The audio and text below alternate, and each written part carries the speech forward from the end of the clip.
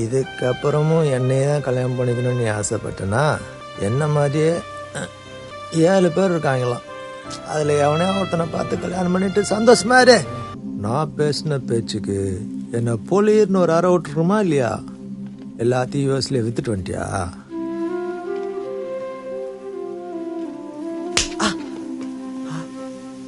அட்ரா வலிக்குது வலிக்குது வலிக்குது வலிக்குது வலிக்குது மச்சா, வலிக்குது மச்சா, கன்ஃபார்ம் ஆயிடுச்சு.